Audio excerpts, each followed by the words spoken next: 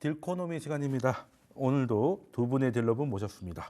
차영주 소장님 그리고 박시동 경제평론가님 모셨습니다. 반갑습니다. 안녕하세요. 네. 자, 그러면 이번 주는 첫 번째 주제는 뭔지 한번 열어보시죠.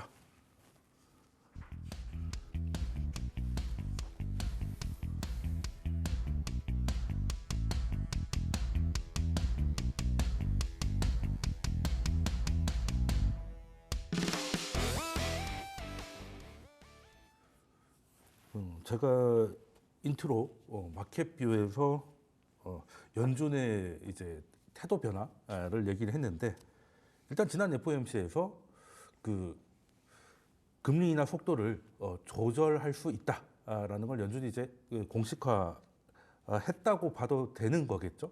또 후장님부터 한번 FOMC에 대해서 한번 정리를 한번 해주시죠. 예, 일단 그 FOMC 입장에서 보면 지금 우리가 원래 중요한 것은 이번에 이제 금리 인하가 아니라 앞으로에 대한 어떤 전망 이런 거 아니겠습니까? 물론 원론적인 얘기를 했죠. 일단 그 수치를 보고 얘기했다. 그건 뭐 당연한 얘기고요. 그런 부분들인데 일단 내년도에 이제 금리 인하하는 속도가 좀 조절이 될 가능성이 있다라고 보는 거죠. 근데 이제 이것을 단순하게 이제 연준의 시각으로 보는 것이 아니라 약간의 지금은 이제 정치적인 그 입김이 같이 이제 들어갔다라고 볼 수밖에 없는 거죠. 이렇게 보셔야 될 것 같습니다. 연준이라는 것은 정치적인 중립이죠. 그건 뭐 누구든지 다 아는 그런 내용이죠. 근데 파월 의장의 그동안 얘기를 한 거 보면 파월 의장이 지속적으로 강조했던 게 연준의 독립성, 그다음에 우리는 중립성 얘기를 했다라는 거죠. 아니 독립된 기관이 왜 독립된 거다라고 얘기를 할까요? 어떻게 보면 제가 하는 가정으로서 내가 가장이다라고 얘기한다라는 건 그만큼 책임감을 느끼는 거다라든지 아니면 어떤 뭐 모종의 어떤 외압이라든지 이런 것들이 있는 것을 역설적으로 저는 표현했다라고 봅니다. 시장이 이렇게 보는 이유는 그전에 이제 선거 과정에 있어서 지금 파월 의장 같은 경우는 2026년에 임기 말인데 트럼프 대통령이 일기 때 임명을 했던 거 아니겠습니까? 그렇죠. 그리고 이분은 그 경제 출신이 아니라 변호사 출신인데 자리가 이제 그래서 임명이 된 거고, 그래서 일단은 지금 그 선거 과정에 있어서 서로 간에 이제 첨예하게 대립할 때 일단은 이제 금리 인하 쪽에 이제 무게를 줬었고 50bp를 여름에 한 번 한 적이 있죠. 그 전에 이제 트럼프는 하지 말라라고 얘기를 했었고, 근데 이제 파월 의장은 50bp 이제 금리 인하를 했고 그 뒤로 지금 이번까지 이제 텀을 좀 더 썼던 상황 아니겠습니까? 자, 장하게 설명을 드리는 이유가 뭐냐면 지금 이제 파월 의장이 가장 이제 정치적인 부분들이 이제 부각이 된 거고, 이번에 이제 한 것을 월가 시각에서 보면 트럼프와 한번 붙을 가능성이 있다라고 본 거죠. 트럼프가 이제 당선된 이후에 현재 지금 파월 의장을 끌어내지 못하니까 임기제가 있으니까 예를 들어서 뭐 후임자를 먼저 인선하겠다 뭐 이런 얘기들도 여러 가지 있으면서 힘을 빼려는 역할을 했었습니다만, 일단 당선이 되고 나서 그런 부분들은 없는데 저는 이런 표현이 적절할지 모르겠습니다만 서로 선빵을 날리고 있는 것이 아니겠나. 신경전을 왜냐하면 지금 현재 인플레이션을 자극할 수 있는 부분 때문에 금리 인하를 못하게 되면 트럼프 입장에서는 관세 인하하는 부분들에 대해서 관세를 부과하는 부분에 있어서 주저될 수밖에 없거든요. 관세를 부과한다라는 건 결국 인플레이션을 자극하게 된다라는 거고, 인플레이션을 자극하게 된다라면 금리 인하는 더 물 건너가는 수밖에 없다라는 경고로 받아들인 거기 때문에 지금 시장에 있어서는 파월과 트럼프 간의 힘겨루기로 보는 음모적인 시각이 오히려 월가에 좀 강하다 이렇게 표현드리도록 하겠습니다. 그럼 굉장히 정치적인 그 판단을 내렸다고 보시는 거죠? 저는 좀 그렇게 보는 겁니다. 물론 꼭 그렇게 100% 그건 다는 아니겠습니다만 우리가 그렇잖아요. 아무리 우리 속담에 일단 같은 일을 이제 공교롭게 그런 일을 만들지 말라라는 건데, 시기적으로 충분히 지금 우리나라도 상당히 문제이긴 합니다만 음모론이라든지 경계를 저도 이런 거 굉장히 싫어하는 사람이지만 충분히 그런 빌미를 현재 지금 주고 있다, 저는 그렇게 좀 보고 있습니다. 네, 알겠습니다. 그럼 그 평론가님께서는 이번 그 연준의 판단에 대해서 어떻게 생각하십니까? 일단은 이번에 금리를 내릴 거라는 건 뭐 거의 99% 확률로 다 예측했기 그 때문에 자체는 다 예상됐던 부분이고 그거는 이제 이슈가 안 되는데, 아까 우리 소장님 말씀하신 것처럼 점도표를 통해서 내년 전망을 어떻게 할 건가가 사실은 초미의 관심이었는데, 많은 분들이 아시는 것처럼 당초 점도표에서는 내년에 4회 그리고 0.25 곱하기 4 하면 1 정도를 이제 예상했는데, 지금으로서는 이제 그 절반에 해당하는 정도 인하만 속도와 폭으로 예상이 점도표가 바뀌었단 말이에요. 이렇게 봅니다, 저는. 근데 이제 그리고서 또 이런 얘기를 했어요. 그러니까 한참 우리가 고금리 상황으로 올라가고 나서 피벗을 하고 나면 이제 내려가는 경로에 있다라고 생각했거든요. 근데 파월 의장이 저는 이런 얘기했다는 게 좀 의미가 있어요. 이제 그런 경로로 미국 금리 움직임을 파악하지 마라. 지금부터는 새로운 그라운드다. 네. 그러니까 경로로 파악하지 말고 지금 새롭게 물가와 고용과 인플레 이런 것들을 경기 이런 것들을 보고 난 지금 다시 거의 제로 베이스에서 새롭게 세팅하면서 다시 보겠다라는 얘기를 했거든요. 리듬을 바꿨다. 그렇습니다. 예. 그 부분이 저는 약간 의미가 있다고 보고요. 한편으로 이제 사실 이제 저도 그런 얘기를 재밌게 하고 싶었는데 월가에서 나오는 얘기가 이제 소장님 해석과 조금 대동소이하지만 좀 다른 게 뭐냐면 한판 붙었다는 느낌보다 저는 약간 네. 파월 입장에서는 트럼프와의 승부를 위해서 카드를 남겨놓은 거 아닌가 이런 생각이 듭니다. 네, 뭐 그럴 수도 있겠네요. 왜냐하면 어차피 지금 아직 임기가 시작하지 않았는데 지금 경로 인하에 대한 확실한 얘기를 주기보다는 예를 들어서 이제 인하를 하더라도 적극적인 입장으로 바뀌더라도 트럼프 임기 이후에 해야 할 수 있는 거고요. 그런 카드를 가지고 트럼프와 여전히 협상할 수 있는 그런 걸 남겨놔야 된다라는 측면에서 아직은 쉽게 트럼프 입맛대로 끌려가지는 않을 것이다라는 걸 좀 남겨놓고 추후에 트럼프와 여러 가지 이제 교감, 막전 마크 얘기 이런 것들을 통해서 나중에 쓸 카드로 아마 이제 새롭게 남겨놓는 상황이 아니었을까 이렇게 좀 보고 있습니다. 그럼 이런 해석도 가능하겠습니다. 원래 파월이 늘 자주 쓰는 표현이 데이터 디텐던시잖아요. 봐가면서 하겠다는 거잖아요. 그 트럼프가 아직 이제 당선이 됐지 시행이 안 됐기 때문에 그게 뭐 관세를 어떻게 하든 그리고 그게 어떻게 물가가 되든 좀 봐가면서 하겠다라고 이제 일단 카드를 남겨놨다라고 봐도 해서 크게 무리는 없을 것 같은데 뭐 여기까지는 뭐 수긍이 가능하긴 한데 우리 입장에서는 지금 사실 환율이 조금 오늘도 1,450원 잠깐 찍었었죠. 야, 그러면 일단은 미국이 좀 낮춰주면 약간 숨통이 좀 트일 것 같은데 미국은 뭐 우리를 보고 하는 건 아닐 테니까 그럼 우리 입장에서는 이러다가 뭐 1,500원 얘기 또 나오기 시작합니다. 예. 근데 다행히 2022년 때 1,500원 나올 때가 꼭대기이긴 했어요. 이번에도 그게 꼭대기가 될지 아니면 이번엔 진짜 1,500원 보는 건지 소장님 어떻게 전망하십니까? 환율에 대해서?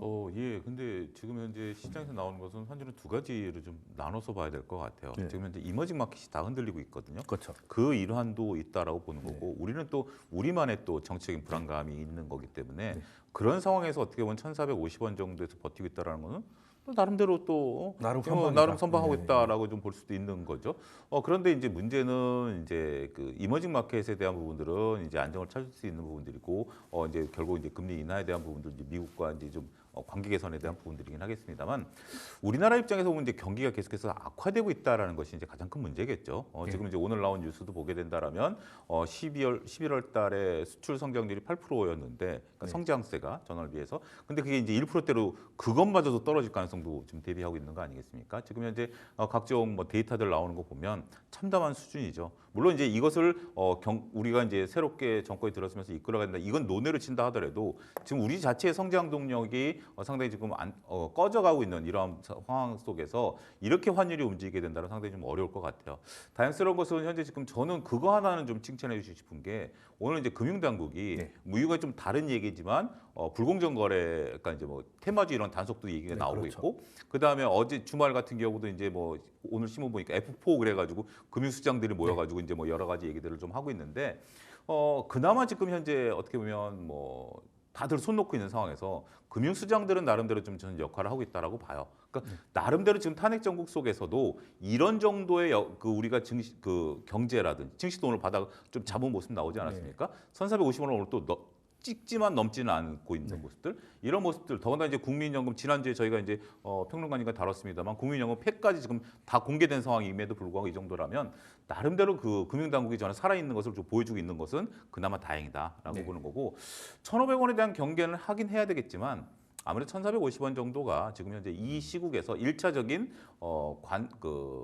난국을 조금 넘어서는 그런 하나의 바로미터가 되지 않을까 저는 그렇게 보고 있습니다. 그 1,500이 굉장히 중요한 그거 굉장히 중요한 거죠. 그 2번 넘었던 것 같습니다. IMF 때랑 네. 이제 금융위기 때랑. 그건 넘었으면 그거는 이제 걷잡을 수 없는 거죠. 왜냐하면 그걸 넘어서는 순간 우리가 손을 쓸 수 없는 거가 증명이 된 거기 때문에 그때는 뭐 글로벌 자금들의 놀이터가 될 가능성도 있는 거죠. 네, 그러니까 이제 뭐 환율이 올라가서 그런 것도 있지만 1,500원이 이제 현재 상황을 보여주는 걸 수도 있고, 그럼 1,500원이 넘어간다는 거는 지금 상황이 이제 금융위기나 IMF 수준의 위기가 될 수 있다 해석할 수 있을 것 같은데, 그렇죠. 그럼 평론가님께서는 넘어갈 거라고 보십니까?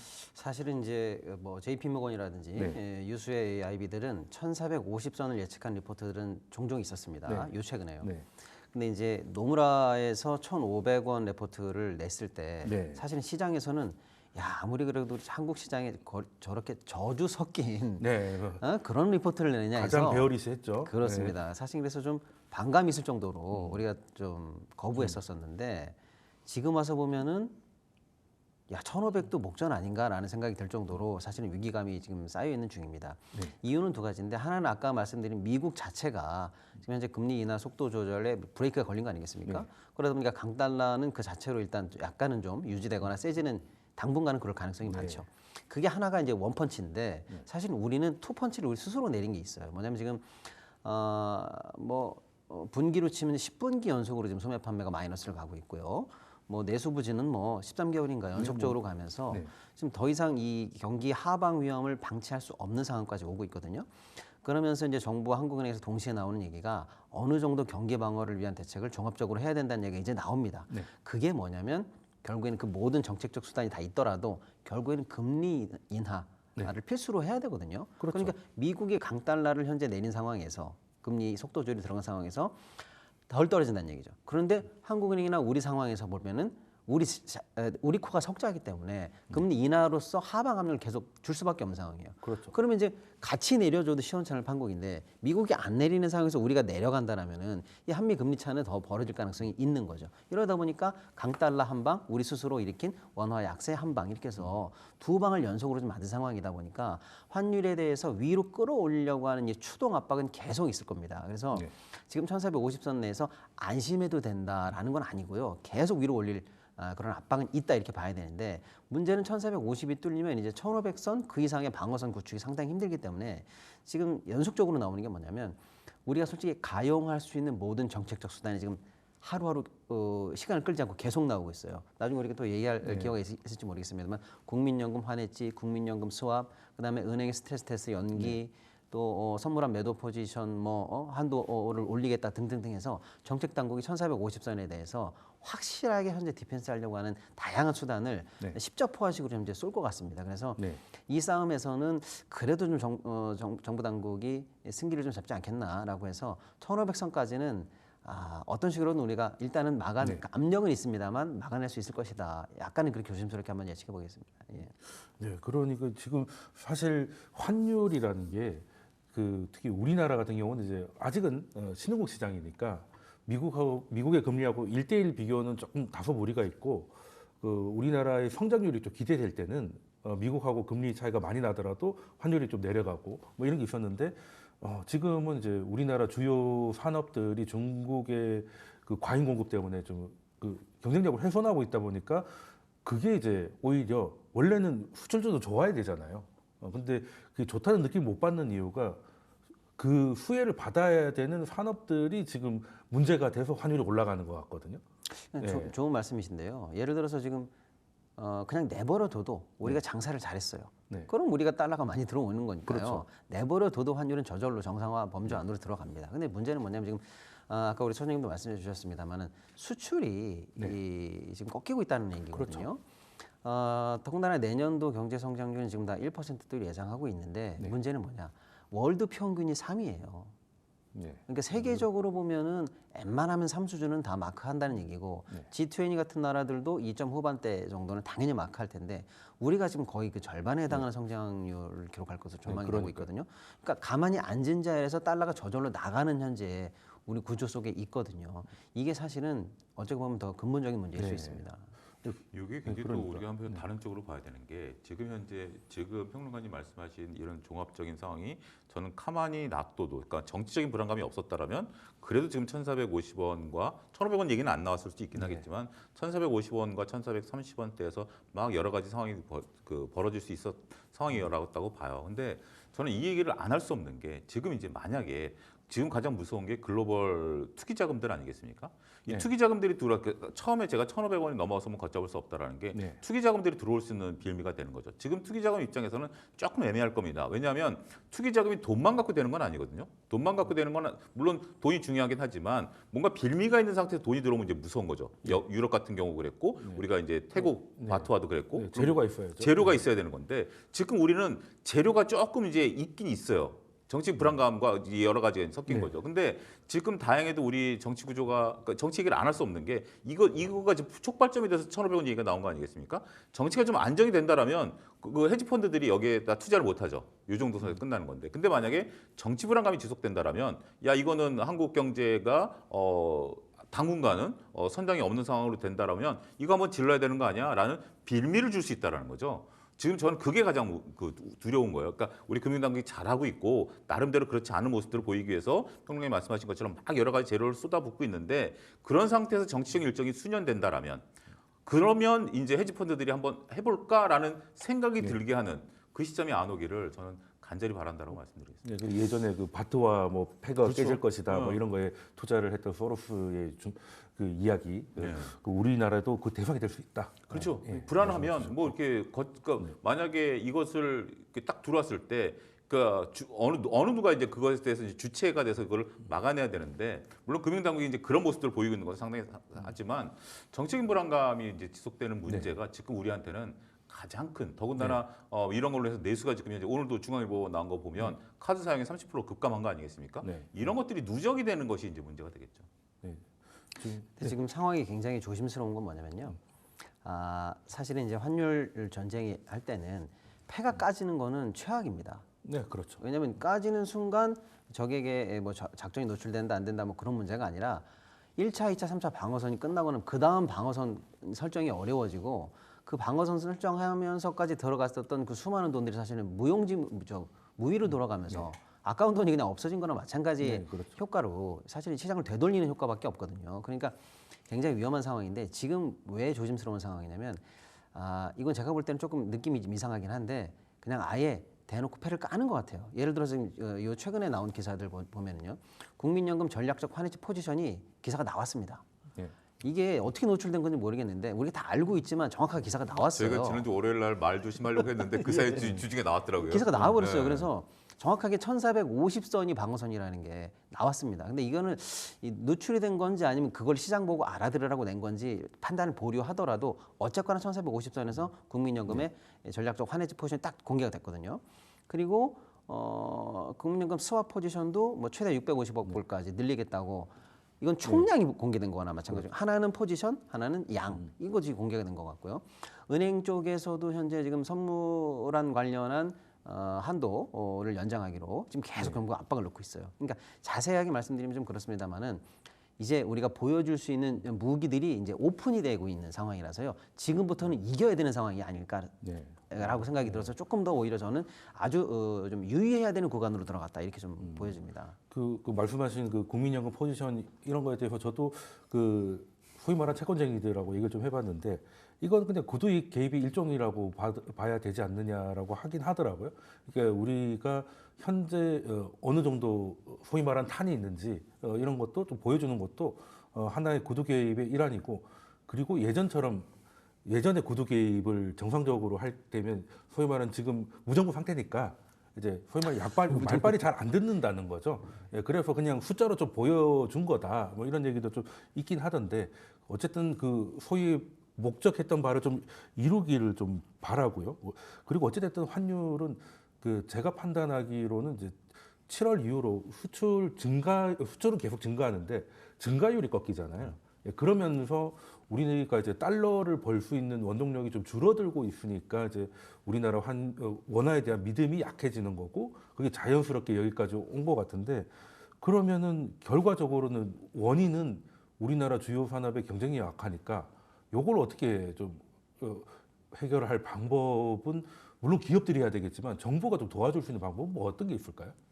그러니까 이제 산업 구조 개편에 대한 부분들인데 물론 이제 지금 현재 우리가 산업을 현 정부 들어서 이제 탈중국 네. 미국 쪽으로 이제 가겠다 뭐 이런 기조를 해서 노력했던 건 하나의 또 결과물, 그러니까 하나의 또 방향이다라고 좀 말씀드릴 수 있겠죠.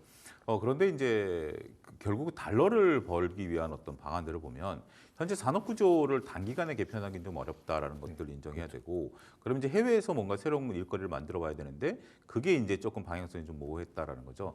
안타까운 것은 지금 이제 결정이 굉장히 중요한 거죠. 만약에 지금 거래선을 중국을 빼고 미국으로 가야 된다?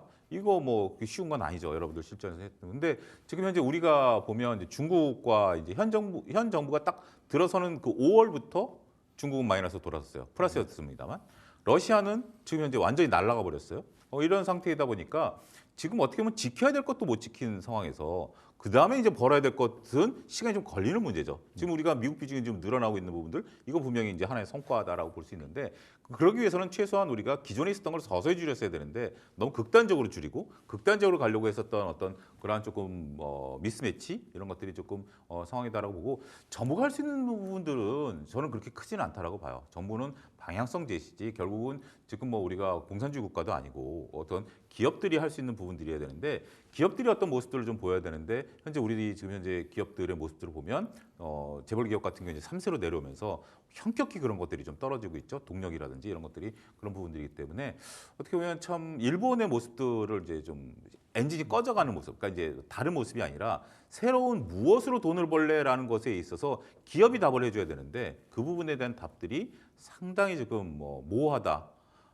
저는 이제 주식시장에 몸을 담고 있으면서도 항상 그 얘기를 하는 게 뭐냐면 도대체 뭘로 돈을 벌래라는 것을 투자자한테 어필해야 되는데 그 어필을 좀 못하고 있는, 심지어 삼성전자까지도 무엇으로 우리가 앞으로 돈을 벌겠습니다라는 것에 대한 답을 못 주고 있는 것이, 하다못해 뭐 현대차 같은 경우 우리는 뭐 하이브리드를 팔겠습니다. 뭐 전기차를 팔겠습니다. 되든 안 되든. 뭐 UAM도 예, 있고. 뭐 이렇게 돼야 되고 우리는 뭐 배를 만들어서 팔겠습니다. 하다못해 우리는 뭐 뭘 하겠습니다라고 해야 되는데 그런 것들을 좀 못 해주고 있는 것들이 상당히 조금 사실 삼성이 제일 안타깝다. 못하는 것 같아요. 지금 이제 많은 투자자들의 불만이 그거죠. 삼성전자가 이제 주가가 못 올라가는 게 물론 여러 가지가 있습니다. 뭐 HBM이 되고 안 되고 이런 것들이 아니라 네이버 카카오 때도 이제 제가 말씀드렸던 건 동일한 건데 무엇으로 하겠다.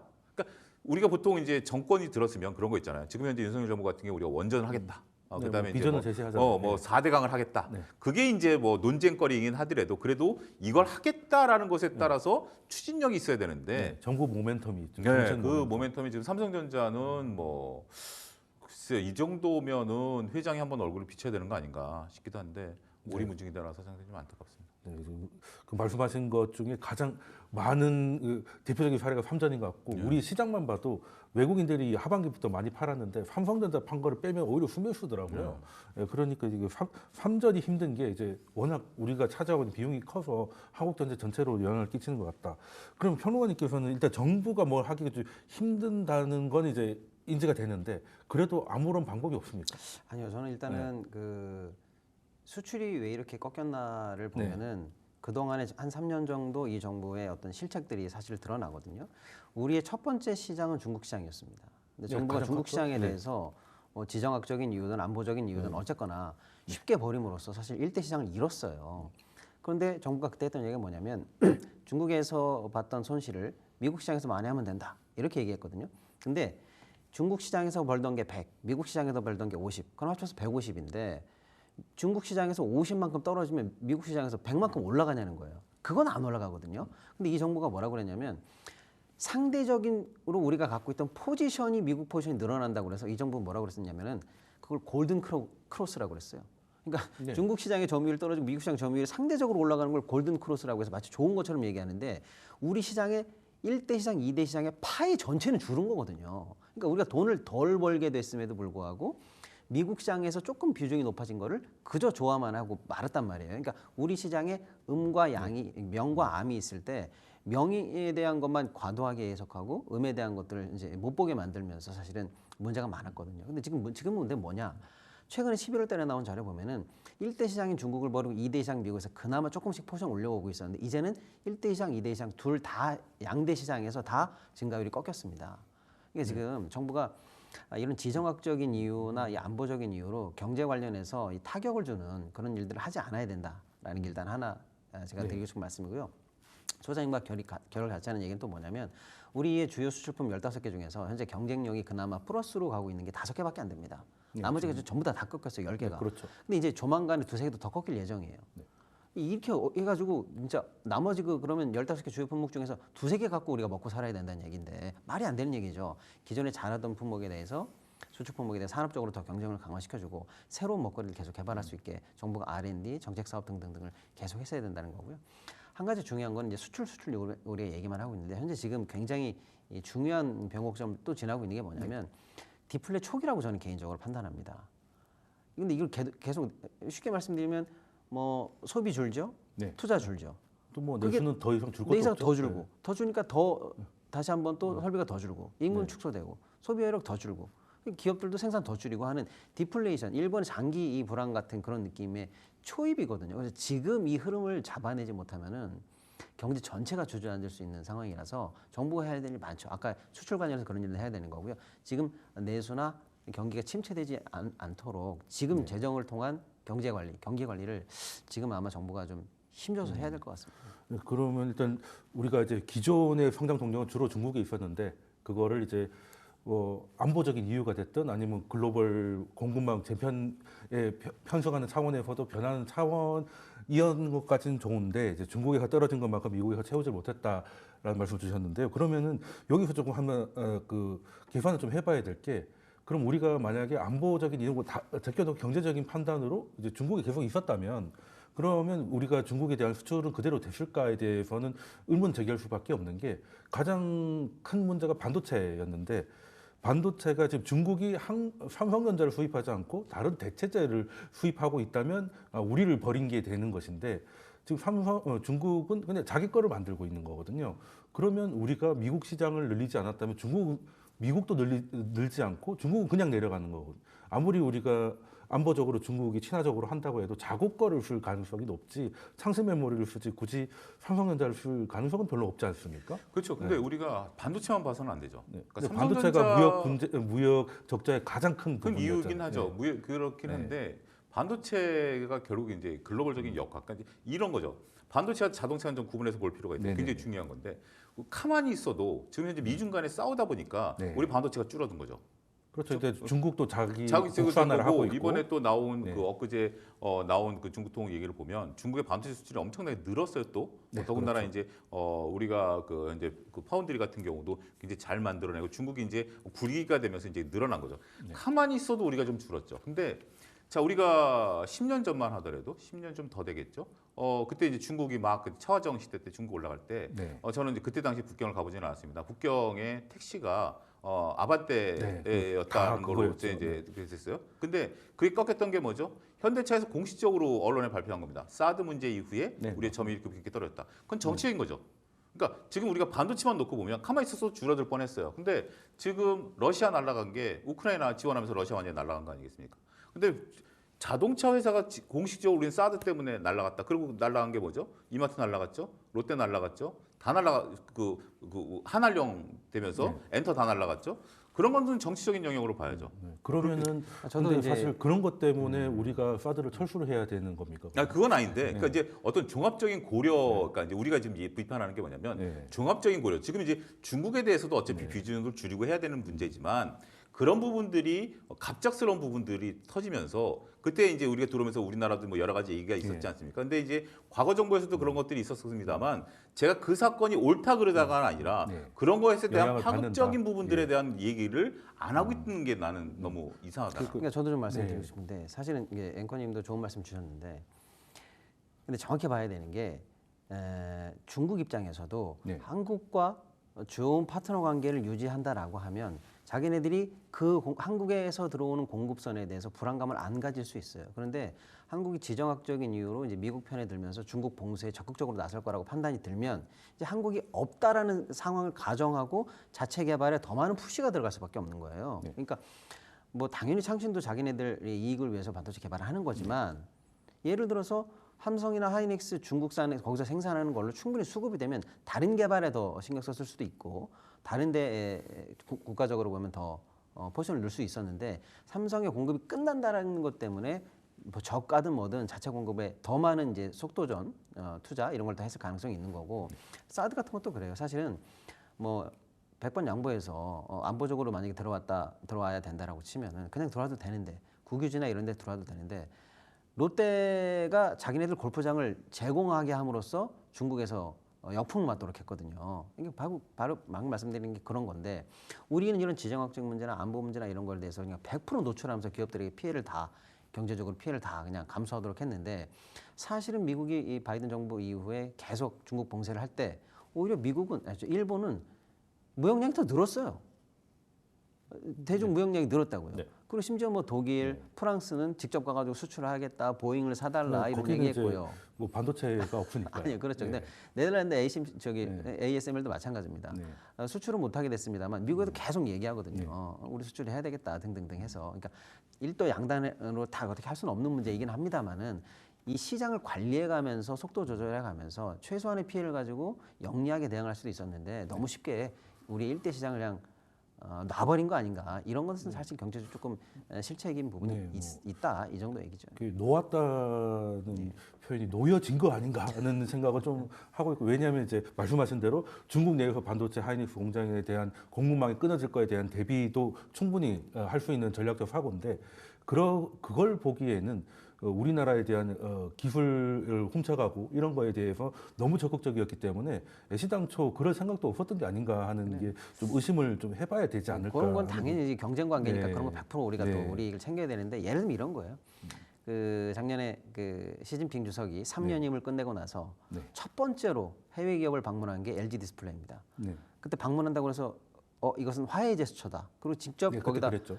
휘호를 우정에 관한 얘기를 쓰면서 네. 제스처를 보내줬거든요. 아니, 거기에 당연히 우리가 응해줘도 정치적으로 경제적으로 아무 문제가 없는 건데 이런 지하에 사실은 그럼 화해의 메시지를 우리가 거부했거든요. 우리가 뭐라고 했었습니까? 아니 아무도 우리가 나가지도 않고 반응을 안 했다. 대응을 안 해줘. 아. 시진핑이 방문하는데 아무도 안 갔단 말이에요. 그 격에 맞춰서 말이죠.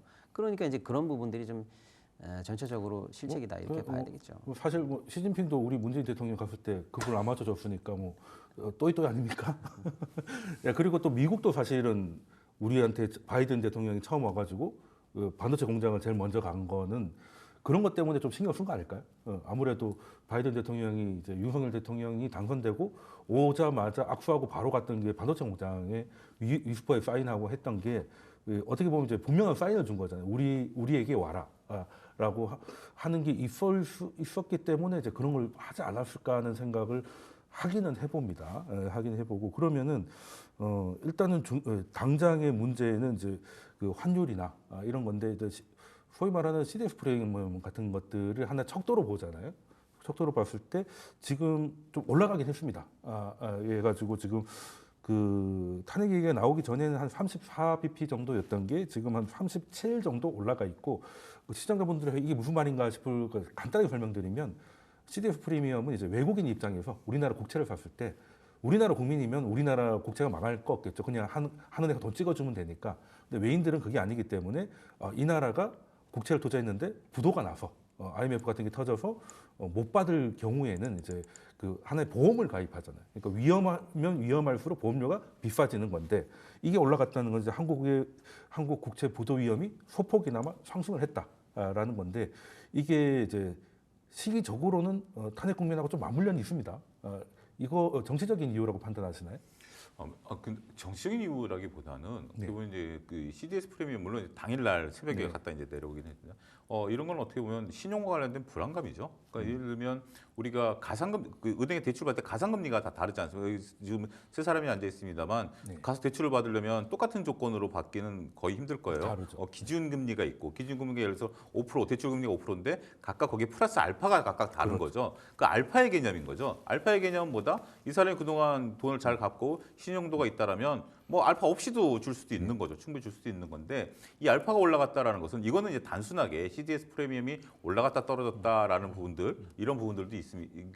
그게 이제 불안감으로서 해석할 수도 있긴 하겠습니다만 이게 이제 지속이 된다라면 우리나라 이제 기업들이 해외에서 돈을 빌릴 때 조금 이자를 좀 더 내야 되는 그런 부분들이 되는 거죠. 왜냐하면 금융기관 입장에서 보면 어떠한 금융기관이라도 그건 자기의 그것도 이제 이익을 추구하는 건데 조금이라도 이자를 더 받는 게 좋죠. 그러면 예를 들어서 삼성전자가 미국에서 돈을 빌리려고 하면 삼성전자급 정도만 되면 뭐 그렇지는 않겠습니다만 그 이하급 정도 된다라면 뭐 중소기업이 이제 미국에서 돈을 빌리려고 하면 니네 CDS 프리미엄이 이렇게 올라가니까 가상금리 우리가 좀 더 올리겠다라고 했을 때 대응을 못 하는 거죠. 그런 부분들이 되는 거기 때문에 왜냐하면 이게 안정적으로 가고 있으면 뭐 그렇게 하지만 입장을 바꾸는 생각해 보죠. 우리가 이제 저기 지금 뭐 유럽에 뭐 우크라이나가 우리나라 돈을 빌린다 그러면 가상금리 얼마 붙이겠습니까? 최소한 5, 6은 붙여야 뭐 이해가 되는 거죠. 비싸게 그렇게 받아야죠. 네. 망하지 자기네들은 안 망한다 그래도 예를 들어서 그런 거기 때문에 망한다고 이게 망한 사람 없으니까. 예, 이게 지금 단순하게 우리나라 이제 국가 부도에 대한 부분들이 올라갔냐 떨어졌냐라기보다는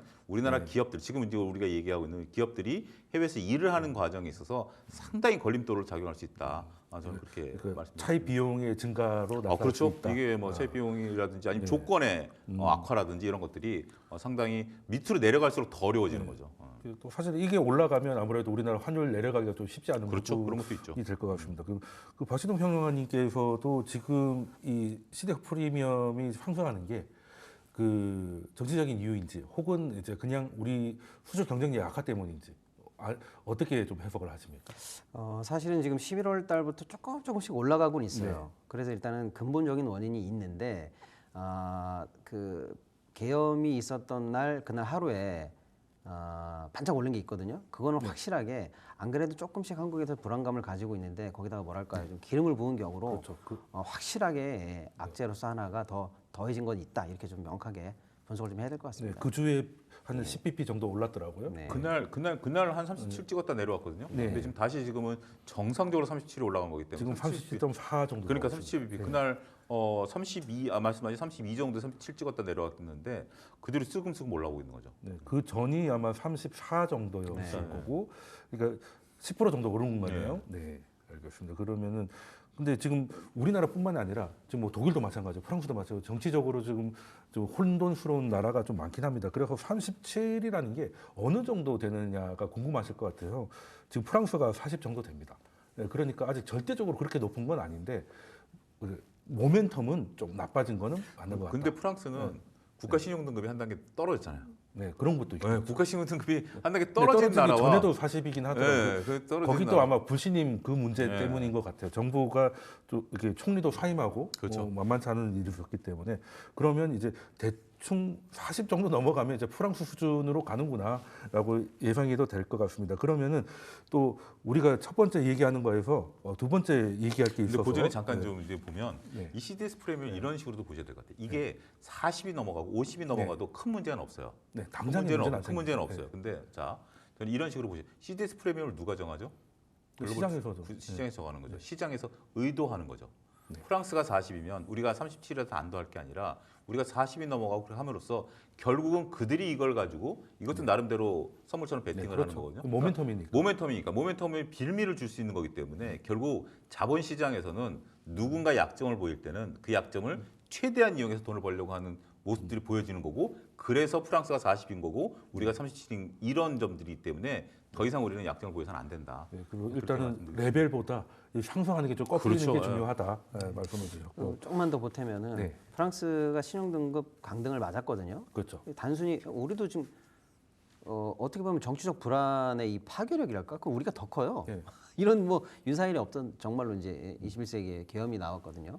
근데 우리는 등급 하락을 아직은 안 맞았어요. 근데 네. 이유가 뭐냐면 프랑스는 이 정치적 불안이 예산이라든지 네. 국가의 이 앞으로 이제 재정 문제라든지 이런 게 여기에 영향을 미칠 게 확실합니다.